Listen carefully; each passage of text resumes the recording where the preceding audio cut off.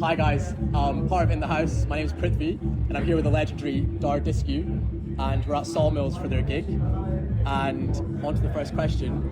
You've recorded and built parts of your previous album in Bristol, similarly to In the House, where obviously based on the underground scene in Bristol. How has Bristol changed your sound, your sense of community, and also your pop culture kind of instincts? Bristol's always been like quite community driven in every aspect. I mean, like really good example of that's like New to Radio, Yes. where we managed to meet a lot of good friends and other artists, like-minded people, and I think that collectiveness, that togetherness that Bristol has is quite true to what we do anyway. So I feel like if anything, it's just made that sense of community togetherness in our music a lot stronger. Yeah. And I mean, just in terms of shaping our sound as well, we recently recorded, in the last couple of years, recorded our a live album. Yeah. And that was here in Bristol at Hum Studios, so shout out to the Hum Studios team. I think just having such, having that accessible on our doorstep and having a team there who are so open-minded helped us do something that was a little bit outside our comfort zone. Yeah. So I think in so many ways, whether it's been the edits we put out, the more kind of like electronic leaning side of things, or the live side of things, we've always found a home for it in Bristol. Yeah. And then do you think the crowd here maybe responds to it in a different way compared to, say, the crowd in, maybe London or maybe even abroad? Would you say the Bristol crowd has like a different reaction to it? I'd say like the crowd in Bristol are generally like they're dancers more than anything, like people are there to listen to music. I feel like a sense of self-identity and expression in Bristol is a really strong thing compared to anywhere else in the UK. Like everyone has a sense of individuality, but when that all comes together as one and everyone's kind of like dancing together, moving together as one, I think Bristol's really good. Fantastic, yeah. Dar Disku as a project itself has always sat somewhere between memory and heritage, and obviously the dance floor itself as well. So my question is there a specific record or party that you guys went to, or maybe a crowd reaction that you got where you realized like those worlds didn't need to be separate, the heritage didn't need to be separate from the club culture, and the memories of old can live again now? That's a great question. That's really good. Yeah. I mean, we can do a couple each. I think for like a party or a memory, definitely. That's right. Yeah. Like some of the nights we've done at the Jazz Cafe have been really special. I felt that sense of like, oh my God, there's people from all walks of life. Yeah. There are people from Bahrain, there are people from the Middle East, there are people from India, there are people from all over the world. And just seeing people that look like you in a crowd dancing to the music that you've had a say in or are playing is really special. Obviously Glastonbury was a bit of a milestone for us. Do you still find yourself rewatching videos from Glastonbury like in the studio? Do you find that helps to like inspire like the new project? I'm not just saying Glastonbury, but in projects in general, like dance floors in general. Yeah, I mean, absolutely. Every time we play it, a different type of show, you walk away learning something new and learning like where you can kind of push the envelope a little bit, where you can kind of experiment a little bit more. So it's always inspiring to see where you can take risks, especially when you're DJing, and that's one of the most rewarding parts of it. You take a risk and you see when it's being received and how welcomed it's being, and so you can then take that level of daringness and put it into your songwriting or production. So you always walk away with some form of inspiration. And then when it comes to like risk taking, do you find there's like have you ever had moments where you're like, oh, I don't know? Because I always find that when I'm DJing, I'm like, I don't know, this might be a little bit too tight, this might be too much. Those are the best moments, and I think. How do you get past that fear? You just trust your gut. Okay. And then it doesn't become a fear; it becomes intuition. It becomes natural, and then when it does work out, you realize that trusting your gut as a DJ or as a selector is the most important thing. Because if you force something, or likewise, on the other hand, if you prevent yourself from playing what your heart wants to play, you're stuck in this limbo of like not being authentic to yourself, not being authentic to the crowd, because they've come to see you. They don't want to see you pretend to be another DJ. They want to see you be you, and I think that's why you have to be, even like when you're preparing for shows or playing, it's really important to like trust where you want to go and like play what sits right in your heart. I know that sounds really cheesy, but there are times where you're like, I can really see this song doing something to this dance floor, and you have to go with it, because that's why you're a DJ. That's what you're paid to do. That's why you have to trust yourself. You have to back yourself, basically. Would you say that's kind of helped, you know, rediscover kind of what Dar Disku's next step is, in terms of like, where's the future of Dar Disku, kind of what direction are we going to go in as you guys as a duo? Like, is like maybe those influences that you're picking up while you know, those lessons that you're learning, is that kind of feeding into the next stage, the next project, which obviously we've briefly mentioned? I mean, I mean, overcoming that sense of how is this going to be received? Is this going to flop?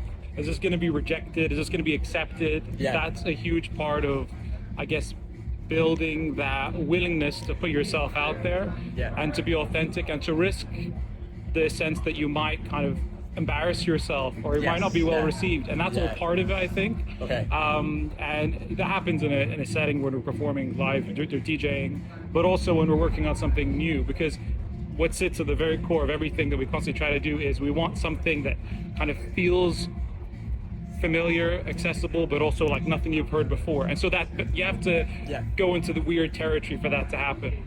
And is that what we can expect from you coming up? Like, is it going to get even weirder? Always. Potentially. It's always going to get weirder. I'm very curious as to, are we going to hear any of that tonight?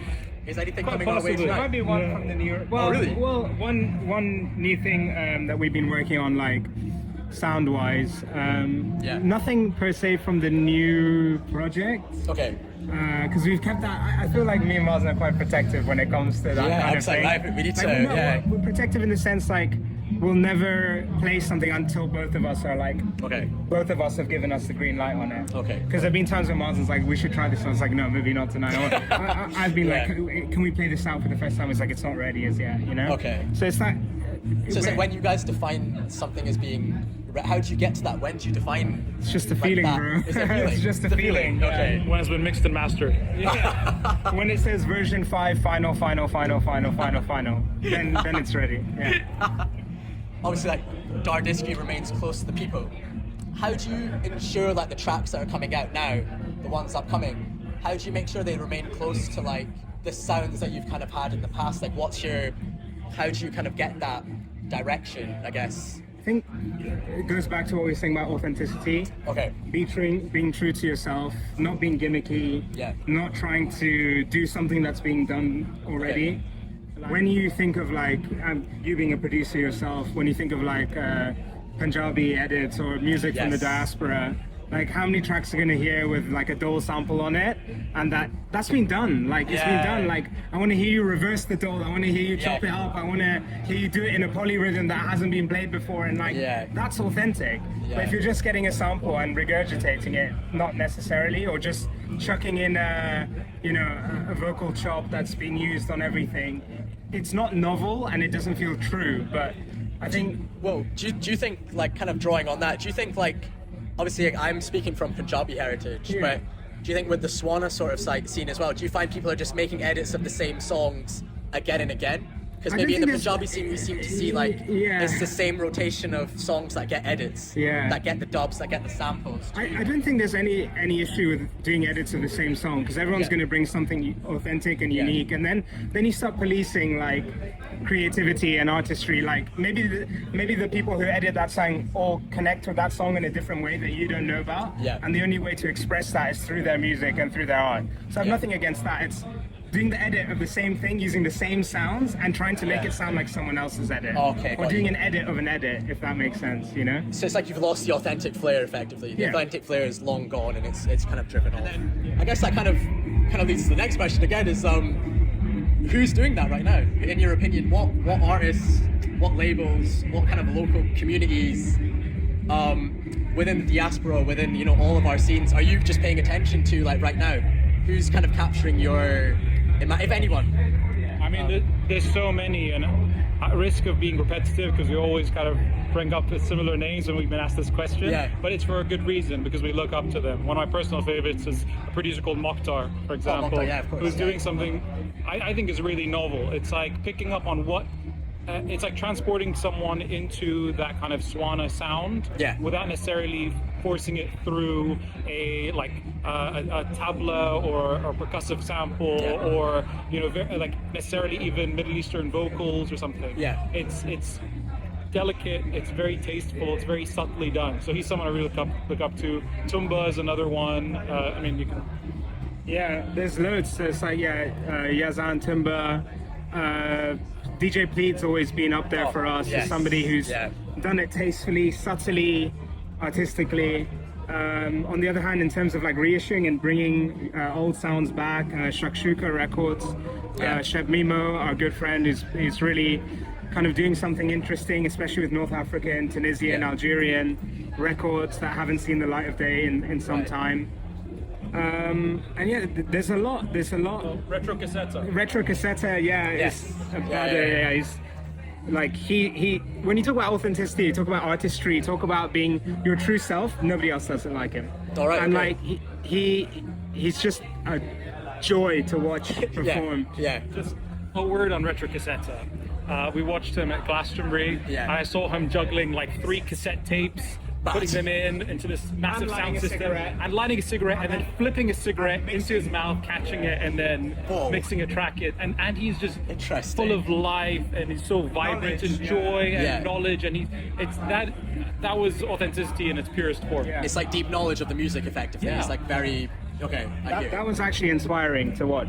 Like when you watch a DJ, sometimes you just realize that is super inspiring. Yeah, I hear it. I know you briefly said there, records that haven't seen the light of day. How do I, as a digger, find records that haven't seen the light of day? Is there any methods that you guys use to getting those records? Speak to your grandparents or your relatives, or go to record stores. There's always something beautiful about actually going to a record store. Yeah. Maybe people may have heard it, and that's okay, but the idea is they might connect with you in a way that hasn't connected with someone else. Okay. YouTube, like cab drivers. Speak to cab drivers. Oh, really? Speak to Interesting. gems, man. Like, because a lot of cab drivers, you forget, are just like us. They're people who've moved to another country to seek a better life. Yeah. But there's always an attachment with home. They might have. And they're listening to records that they listen to at home. Like, they're literally doing Dar Disku, but in the car. Interesting. So interesting. It's I always never good. thought of that. Actually. That's amazing. That's a great idea. So some of the best tunes we found are from like little mix CDs. Do you have any examples of that where it's like within your? If anything comes to mind, no pressure with that one. We've had some great ride tunes. Yeah, some good North African stuff. Yeah. There was a road trip we did when we were playing at Magnetic Fields Festival in Rajasthan in India. Wow. And I remember one of the artists shuttle situations having like some guy was playing like some Rajasthani folk music, and it was like hypnotic, unbelievable.